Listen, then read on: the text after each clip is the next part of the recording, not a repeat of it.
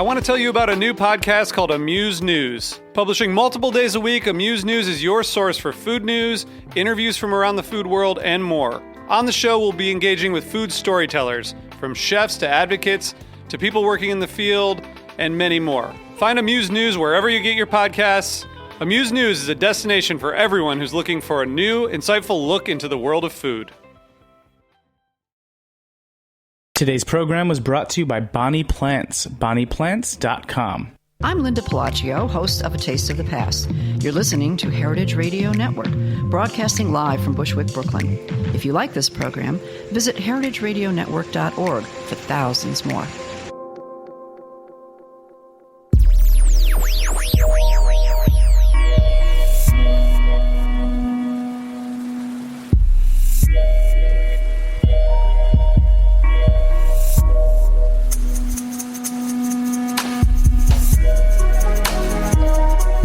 All right, you have tuned in to the Heritage Radio Network. We are coming to you, as always, here in the back of Roberta's Pizza, located in Bushwick, Brooklyn. You're listening to The Farm Report. I'm your host, Erin Fairbanks. On air on The Farm Report every week, we talk about the nuts and bolts of the food production system here in the U.S. and beyond. Today is no different. I am joined in the studio by a good friend and very special guest, Mary McCarthy, the Director of Operations for Heritage Foods USA. Welcome to the studio, Mary. Thank you. Thank you for having me. Well, as you know, we are continuing our coverage in anticipation of Slow Meat, which is happening out in Denver, Colorado in early June, hosted by Slow Food USA. And of course, no conversation around meat would be complete without our friends at Heritage Foods. For folks who don't know, why don't you give us the primer? What is Heritage Foods, other than the founder of our radio station? Right. Heritage Foods is essentially primarily a meat company. So we provide rare and heritage breeds of meat. So breeds that have been left out by the industrial market. They don't put on weight fast enough for farmers to make money on the commodity market, so we buy them from small farmers and sell them both to restaurants wholesale across the country, and we also have a mail order program, which is sort of where I spend most of my time. And so we ship those rare breeds of meat around the country to homes. So you definitely have a little bit of a background in food, but more of a background maybe in science. Would that be fair? I mean, how did you end up at the Heritage spot? I think saying that I have a little bit of a background in food is generous. We are a generous network. Yeah, I appreciate that. I worked at Chuck E. Cheese when I was 16 and moved up to a grocery store after that. So that's my background in food. But the reason I ended up at Heritage Foods is because of this background in science. I actually studied biodiversity in algae in college in the Great Lakes. I'm from Michigan. Woo-woo! Yep, Midwesterners.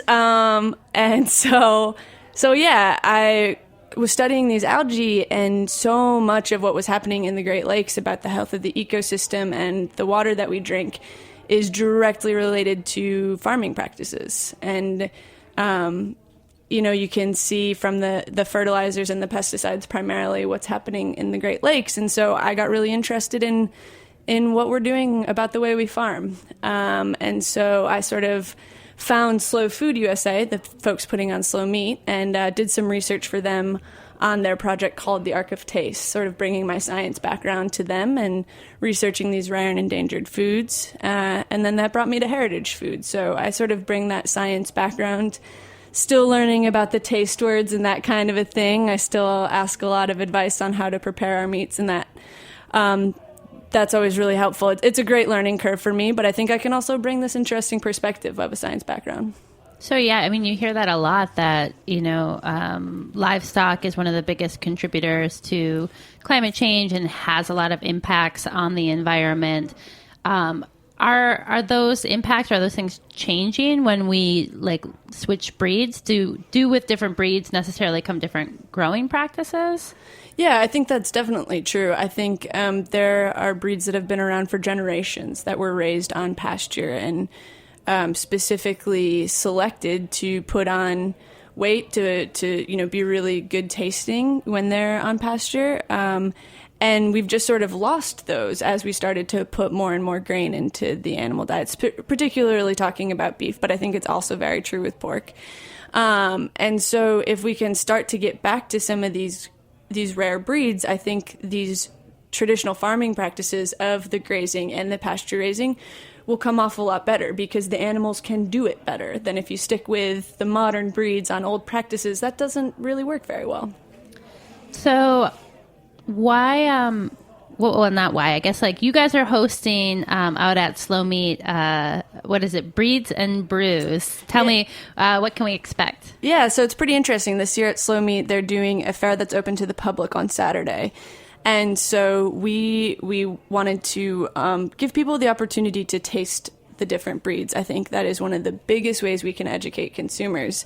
Is that most people, when I talk to my friends, they don't even realize that there are different breeds of livestock. So having that conversation first, and then explaining to people that they live differently and they taste different, and it's because of, maybe one pig was made for growing on orchards and the other was made for, being a really good bacon pig or something like that. So we want to have that conversation with people. So we're really excited to be doing that. We're going to be partnering with a microbrewery in Denver to get people to think about these breeds of meat just like they do a wine and cheese pairing. It should be the exact same thing. It's about the genetics of the animal, how they're raised, where they're raised. That affects the flavor, and we should start talking about those taste notes the same way we do wine. So I know, because we share a warehouse space, that your team has been hosting a lot of these breed tastings for some really fantastic chefs here in the city and some visitors from out of town. And I'm wondering, for you as someone coming, as you said, a little bit newer to the kind of taste conversation, maybe you can talk a little bit about your first couple of breed to breed comparison tastings, and what kind of stuck out at you or surprised you about the way they tasted or looked, or the size differences. What were some surprises? Yeah, well, I think the first thing that I learned from talking to our coworkers about cooking, I was handed a pair of red wattle pork chops the very first day that I came to work, and I was so intimidated by them because I had never cooked meat that was that nice.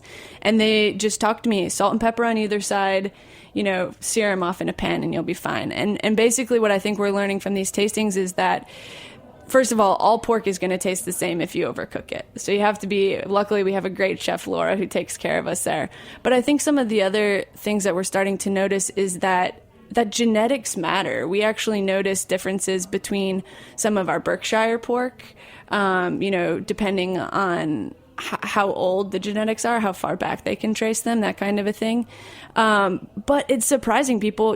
I can taste a difference, and I wouldn't say that I have a developed palate necessarily to really get that refined taste. But red wattle does have this super porky, almost beefy flavor, and Tamworth is a little bit sweeter, and it's just really fun to hear those. And it's been great having the chefs come in, because they do have that background in the taste, and so we can start to develop those words and help to educate our consumers and develop that differentiation for them.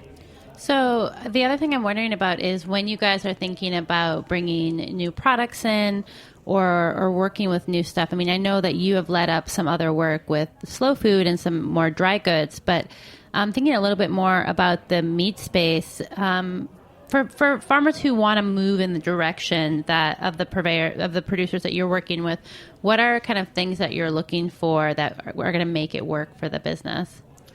Yeah, that's a great question, and that's actually something that we're going to try and bring to Slow Meat a little bit. I think one of the voices that is lost, we talk a lot about the farmers, and we talk a lot about the chefs and how they're preparing the meat, but in the meat world, there really needs to be this in-between, this sort of merchant to help negotiate with the farmers so that they can get their product up to the best standards, and so that they can move whole animals. And so that's sort of how we see ourselves fitting into this Slow Meat role. So I guess to answer your question, I think one of the big things we talk about is consistency. It's not enough to raise one pig well. We have to figure out how to do it well, how to do it consistently, and a lot of times that comes across in processing. So helping the farmers develop a really good relationship with whatever processor they're using is something that we try really hard to work with them on. And also... Wait, I want to jump in there a little bit. Yeah. A good relationship with a processor. So Can you talk a little bit about like why the kind of slaughter and cutting and packaging becomes important when you want to sell the meat? Yeah, for us, we're a mail order company, and so it's always important that our product arrives in great condition. And I think that small farmers are still sort of starting to develop the understanding of that. Actually just had a conversation with a farmer today about it, and selling something at a farmer's market is just a little bit different than online. We need to have that consistency online. We can't change our prices all the time.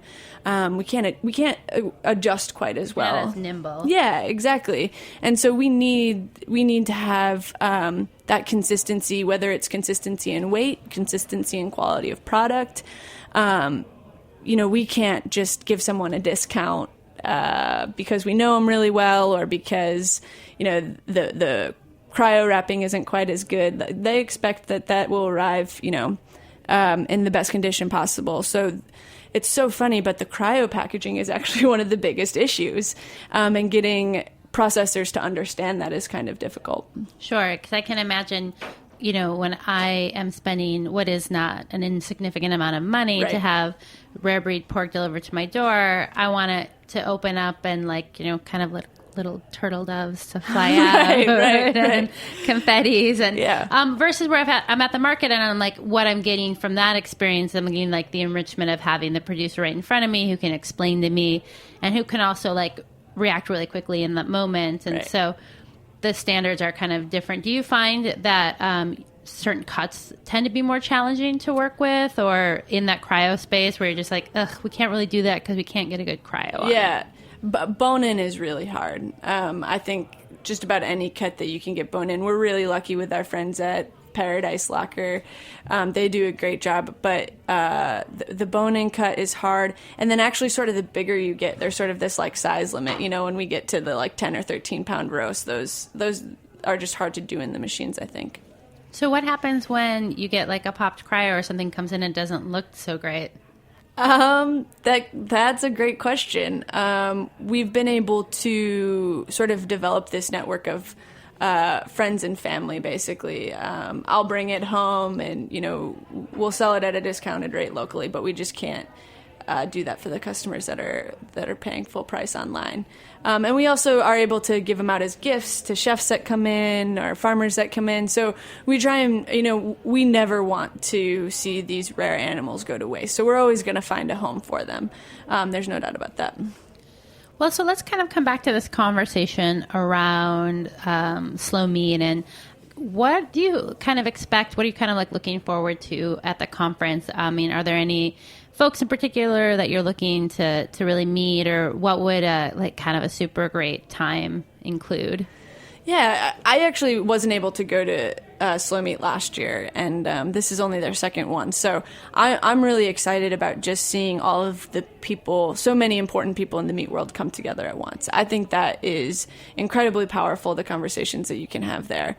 I think I'm most interested in talking to farmers. I think that in the meat world, my impression is that there's been a lot of conversation about going to grass-fed or going organic, that kind of a thing. But this notion of heritage breeds is still relatively new and still hasn't quite been adopted across the board. And I think that people will see that they have more success on these when they are moving to grass-fed, if they're starting to use the heritage breeds. So having that conversation with farmers and seeing what they're doing, and honestly, there's just not many people out there raising heritage breeds. So the more people we can talk to and connect with to act as a resource and an outlet for them, as well as them, providing us with some really great product, that's my goal. So I was talking with the executive director of the American Grass-Fed Beef Association, and we were talking about their kind of grass-fed certification process and how farmers can buy in to have that like label of certification on their products. Does anything like that? I don't think there is, but is there anything like that for breeds, or how do we deal with kind of like traceability as regards to like, how do I know what breed I'm eating when I order from Heritage? Yeah, that's That's such a good question, and it's one that comes up a lot. I was just up at the Swiss Valley Farms with Patrick Martins. He was giving a talk on his book, The Carnivore's Manifesto, and someone asked him that question. And Swiss Valley Farms is actually basically like a sperm bank for these heritage breeds, right? And so Patrick sort of put the question back on them and said, well, you guys are, the scientists behind this. How are you doing it? And even they said, it's hard. You have a lot of conversations with the farmers. Some breeds are easier. You've heard of this, I think it's the 6-spotted Berkshire, right? Right. So that's a giveaway. It's a pure Berkshire if it has those spots. If it doesn't have them, it's not a pure Berkshire. Not all of the breeds are like that. So I think from our perspective, what we try and do is have a lot of conversations with the farmers. And, a lot of the farmers that we've been working with for over 10 years. So we're not... we know that they have genetics. We know where they got their genetics from, and we have to fight really hard to make sure that we are having that conversation. Unfortunately, there isn't a regulation around it, although maybe I shouldn't say unfortunately, because I'm not sure it would actually be helpful. I think unlike grass-fed, it's not like one thing that you're enforcing, but you'd have to come up with a unique specification for each one. Right. And there are these sort of like species registries, right? So the American Poultry Association, you can register your breed with them, and if it meets their standards, then it's considered that purebred of whatever breed that is. But I think that isn't always accessible to farmers. So yeah, well, my understanding is that like with those breed registers, that you would do that for like your boars or your sows. Right. As a matter of course, but that is like having that, essentially that genetic test and paying for that certification process, which can, I think, become onerous when you're already trying to have protocols in so many other spaces. But definitely kind of like an interesting area. And I guess that would be a great problem, right? If consumers are demanding more breed transparency. Right. Yeah, I would awesome. love that. Absolutely. And I think, you are starting to see heritage popping up on menus at restaurants and things. So I think there is probably going to be a little bit of demand as people become more educated about what that actually means. Just like, there's sort of that like greenwashing idea, right? At what point is saying sustainable completely pointless because there's no justification for it? I think that might become an issue with heritage, but right now it's still so, I guess, underrepresented that I'm not sure it's an issue presently. And I know, at the meat conference that you're going to be speaking and tasting pig, but I'm wondering, it's the same breed conversation between chickens or beef or pork or kind of other, like there's multiple breeds of every type of livestock. Do you feel like you notice changes or there's more availability or more diversity in one species versus another? That's a really interesting question. I think definitely with pork, for whatever reason, that is something that the Heritage brand has really, that name has really stuck to. And I think it's starting to with chickens. In my brain, that's sort of the next thing that I notice the most of. Less so with beef, and I think that is just because grass-fed is such a big ticket line with beef. I feel like beef, you think of Angus and you think of maybe Kobe beef. Right. That's like the main exactly. beef breeds. Yeah, and I think people are now starting to learn that grass-fed is basically what they're looking for if they're looking for a specific style of raising or something like that. It's not quite at that level yet with the breed specificity. Interesting. So if folks want to kind of like learn more about heritage and your work and kind of follow this breed conversation, what's the best way for them to be in touch? Yeah, so heritagefoodsusa.com is our website. We're always posting blogs. We're working really hard to get as many sort of taste notes up there. Actually, really exciting. In about a month, we're going to be relaunching our website. Just adding some really exciting content about the breeds, making it easier for people to understand what their breed choices are and what the differences are. And then at Slow Meat, I know there's going to be a ton of social media around it. We'll definitely be keeping everyone posted on what we're doing and the results we get from the tasting. Whenever we do tastings, we love to get the notes back from people too, so that we can always sort of be adding to our lexicon of words around the breeds. Awesome. Well, thanks for taking some time out today. I know you have to hustle back to the warehouse. I think you guys are doing a tasting with the Roberta staff We today. are, yep. Super fun. Hang tight. We're going to move to a quick station break, and then Mary is going to switch seats with my co-producer on this series, Megan Larmer from Slow Food USA, who will be in after the break. Hang tight.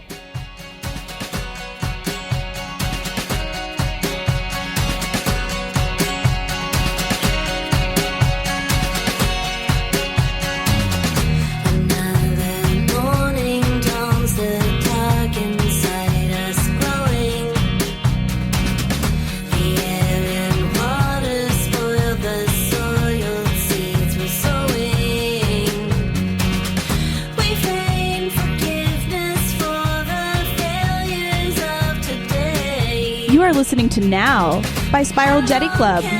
This is the Farm Report on Heritage Radio Network.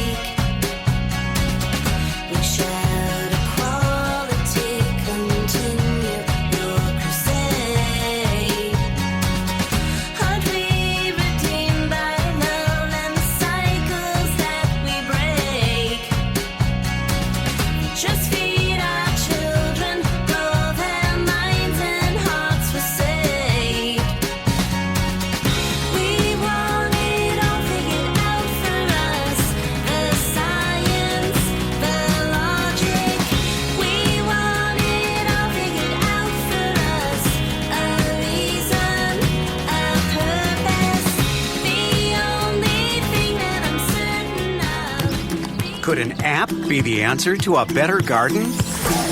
Absolutely. It's the new free app, Homegrown with Bonnie Plants.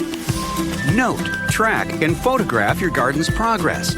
Personalize your weather and reminders.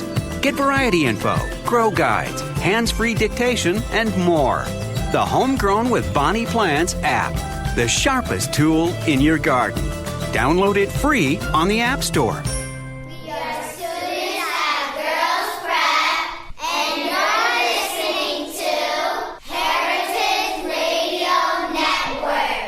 All right, we are back. You're tuned into the Farm Report, and in the second half of the show, we're joined in studio by Megan Larmer. She's the Associate Director of Strategic Initiatives for Slow Food USA and is my co-producer on this series. We're about halfway through, kind of connecting with different folks along the meat spectrum and in anticipation of the Slow Meat Conference out in Denver at the beginning of June.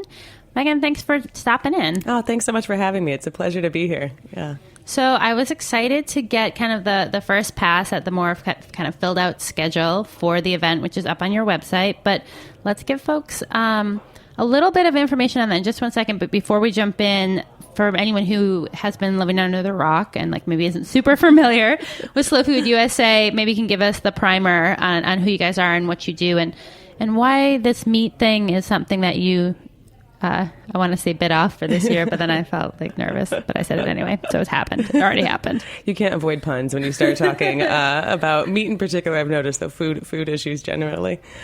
So Slow Food USA is the national association for the global slow food movement, which I'm sure most of your listeners are familiar with. The movement, which started in northern Italy in the 80s. And slow food began as a very grassroots movement in the U.S. and then was founded as a formal national association in 2000. So we've been around about 15 years now. And we work to coordinate the various chapters and members and chefs and farmers that are working towards a world in which all people have access to food that is good, clean, and fair. And we've found that mission has really taken hold to the point where it's so ubiquitous that it's a little hard for slow food even to claim it these days, which we think is really exciting. And the work of our grassroots network is really what leads our direction in this country and globally. So from our offices just right over here in Crown Heights, we try to coordinate the activities of those local leaders with the international initiatives that are being set by Slow Food as well. We have an amazing variety of programs and events that happen in far northeast India, in Shillong, in Korea, and in Denver, Colorado this June. So the impetus for discussing meat within the Slow Food Network really arose out of that grassroots leadership. We have a really strong team in Denver, a really strong local chapter. And for years, they'd been saying, Slow Food works a lot with farmers, with artisanal producers, and we know that's really important. But when they looked around their landscape, what they saw was ranchers and cattlemen and a need to bring those people into the food conversation. So they really started this push about 10 years ago with an event called Westward Slow, in which they tried to pull in this community. It turns out the Slow Food Network, much like the food movement, wasn't necessarily ready to take on the issue of meat until really recently. It can be a really divisive topic. I've so enjoyed listening to the people you've been speaking with who have helped to build the slow meat programming and also the slow meat initiative within Slow Food. Because we're working towards a space where, the paleo diet and the vegan and the rancher and the grain farmer all feel that it is safe to discuss the issues that are confronting us and to get away from the divisiveness and see the common goals that we're all working towards. So that's super exciting. Well, how did you come to Slow Food? So I started my life as a theater artist and was living in Chicago, running a little theater company there, and waiting tables, as you do when you run a tiny theater company. And I found myself more and more in the kitchen, talking to the farmers that we were sourcing from. I also found that the theater work I was doing was very community-oriented, very politically active. And so eventually I found myself also more and more in community gardens and these spaces of public interception, public consciousness raising. So I had begun to move into sort of the food world in that way, and then spent a summer up in Vermont in Glover with the Bread and Puppet Theater Company. I love Bread and Puppet. I love them too. I love them too. And I really went with this question in my mind of like, is it the bread or is it the puppets? Which way am I going from here? And it turned out bread. I found myself again always in the kitchen, always in the fields, and less often in rehearsal than probably the rest of the troupe would have liked. So from there, became more and more involved in it, ended up running a farmer's market, became the local leader for our chapter in Chicago. And because of my passion for biodiversity and the preservation of specifically apples, but also other crops and vegetables, found my way into the national office to work on that program. Yeah. That's awesome. Well, it's been really interesting kind of working to identify the folks that I've been chatting with, and I'm looking forward to have another full lineup taking us through the month of May of great folks who are going to be out in Denver. As I said earlier, the schedule has just been released. So give us some highlights for folks who, first of all, can folks still attend? How can they attend? And then what are we looking forward to? Absolutely. So first of all, definitely there's still room to attend. There are two primary elements to Slow Meat. One being the symposium, which is really meant to be a gathering of thought leaders from across disciplines, much like this radio show has been leading up to it. There are still room in the delegation to join that. You can go to our website, which is www.slowfoodusa.org/meet. And you'll find all the instructions for applying to the delegation there. And we want even more voices to join, especially I think it'd be very interesting to have some more of our urban leadership there. We have a really good representation right now of producers. We have quite an international representation. We have folks coming from Cuba, Kenya, South Africa, Australia.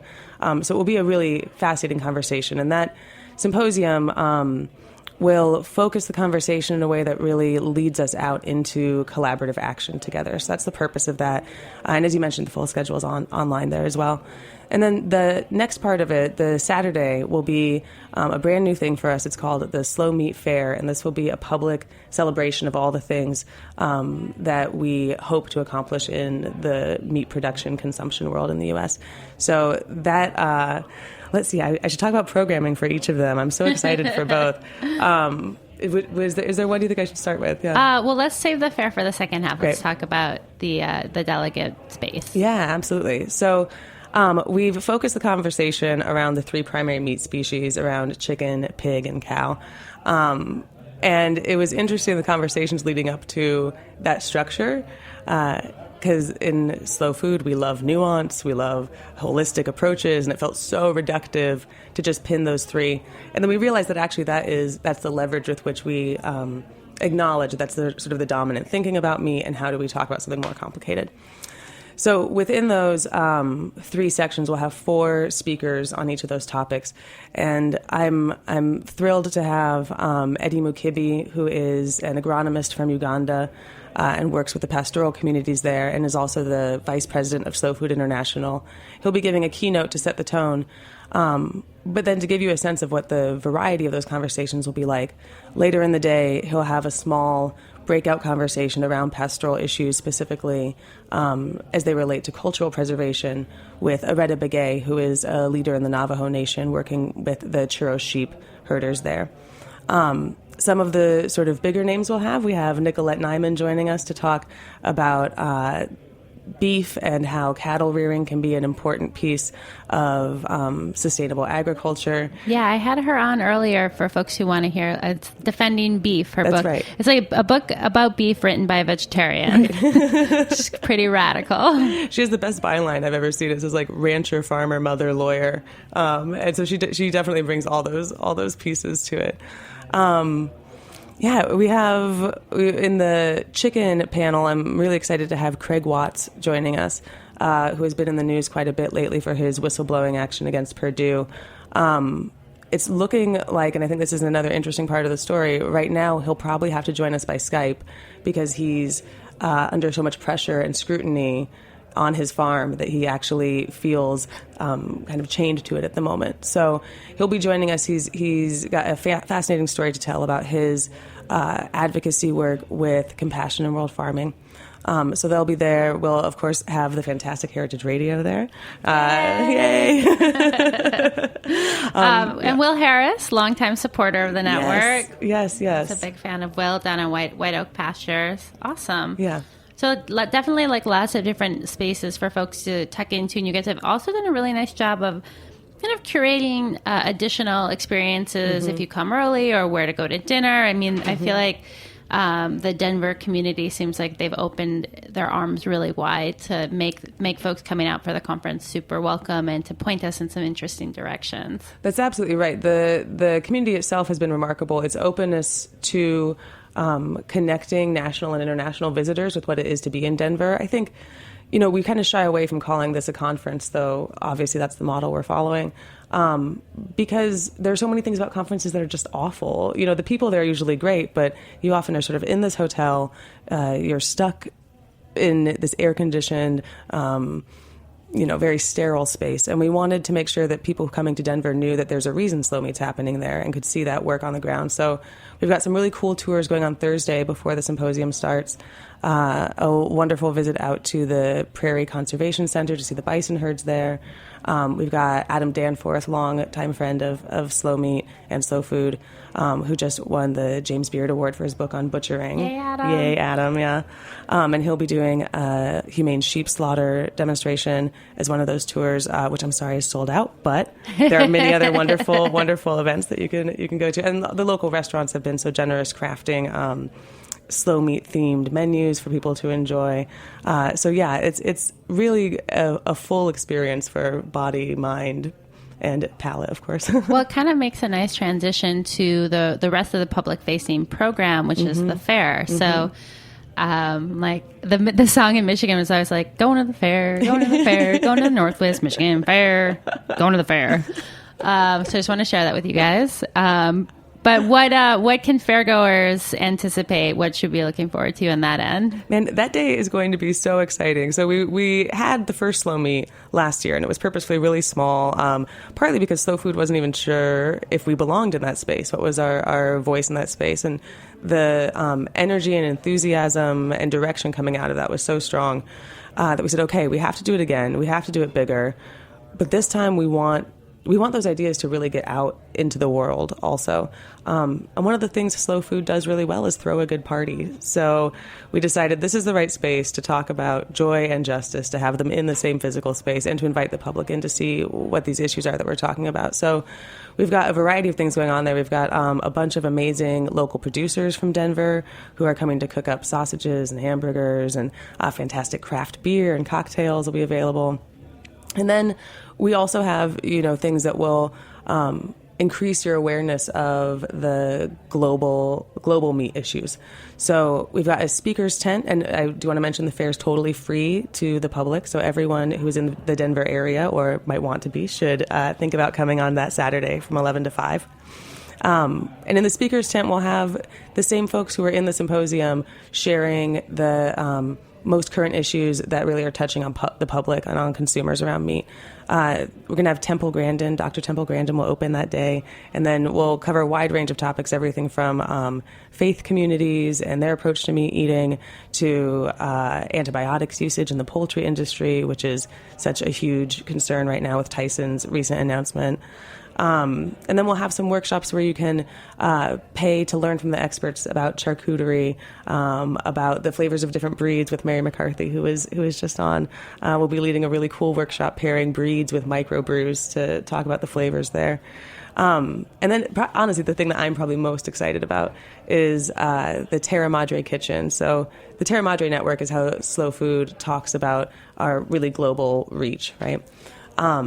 And that network convenes in all kinds of different places around the world. And we are having a kitchen for them that will be opened with a blessing from the Navajo community and chefs coming from the Navajo Nation, South Africa, Mexico, and the American Southeast to cook up the foods that are traditional to their part of the world and share that with the public. So that'll be really cool. We're going to have like a little passport. You can go around and taste all the different flavors of slow meat.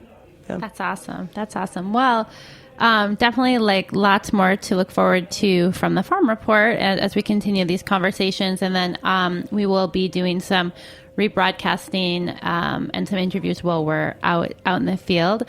I want to shift gears a little bit to a new thing I'm experimenting with on my show, where I blatantly steal great ideas that other podcasts have and repurpose them for my own, joy. And this month, I'm stealing from a great podcast I've just started listening to that comes out of the folks from BuzzFeed called Another Round. And they do a segment where they talk about who they want to buy around for. It's just like a nice chance to kind of shout out someone who or something or some event that is giving you good feels. And so I'm going to start to give you a moment. But I want to buy around this week for the amazing Alice Waters, who stopped by the Heritage Radio Network studios yesterday for lunch and then very generously threw down a great challenge. We're in the midst of our Kickstarter campaign, which ends Tuesday at 5 o'clock. And if you have not donated, what the heck, man? Get out there. Seriously, donate. Get on it.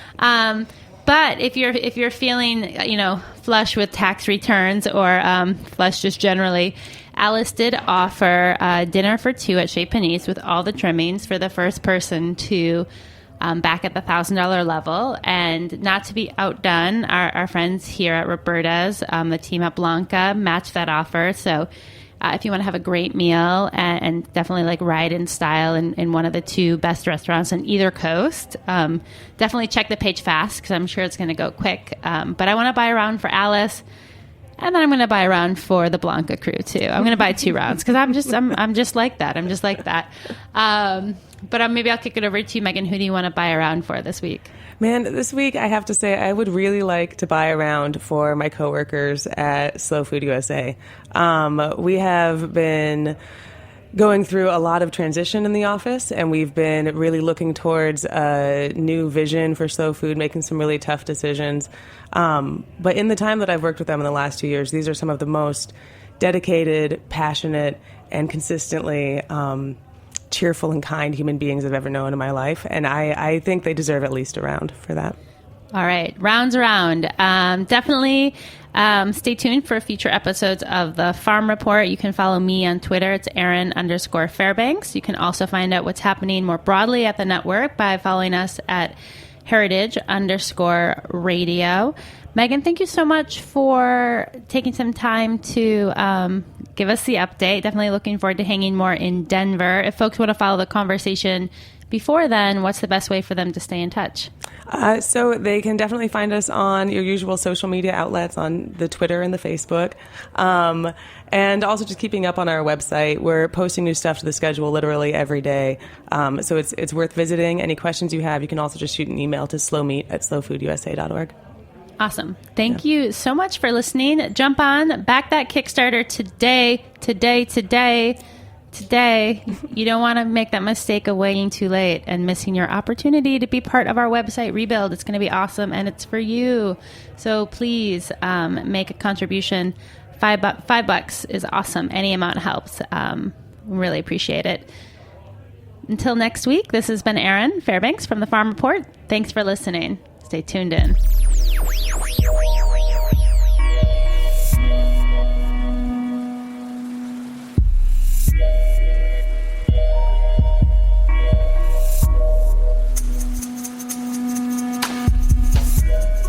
Thanks for listening to this program on heritageradionetwork.org. You can find all of our archived programs on our website or as podcasts in the iTunes Store by searching Heritage Radio Network. You can like us on Facebook and follow us on Twitter at heritage_radio. You can email us with questions anytime at info@heritageradionetwork.org. Heritage Radio Network is a 501c3 nonprofit. To donate and become a member, visit our website today. Thanks for listening. Hey listeners, we're nearing the end of our 15th anniversary fundraising campaign, and we need your help to meet our goal. This campaign offers you a chance to win a unique food and music experience in one of the most exciting cities in America. Here's how it works. Donate to HRN and you'll be entered to win dinner for two and 2 tickets to a concert in one of 8 amazing cities: New York, Los Angeles, Philadelphia, Nashville, Las Vegas, Charleston, Ardmore, Pennsylvania, and Asheville. All donations support our work educating food system storytellers.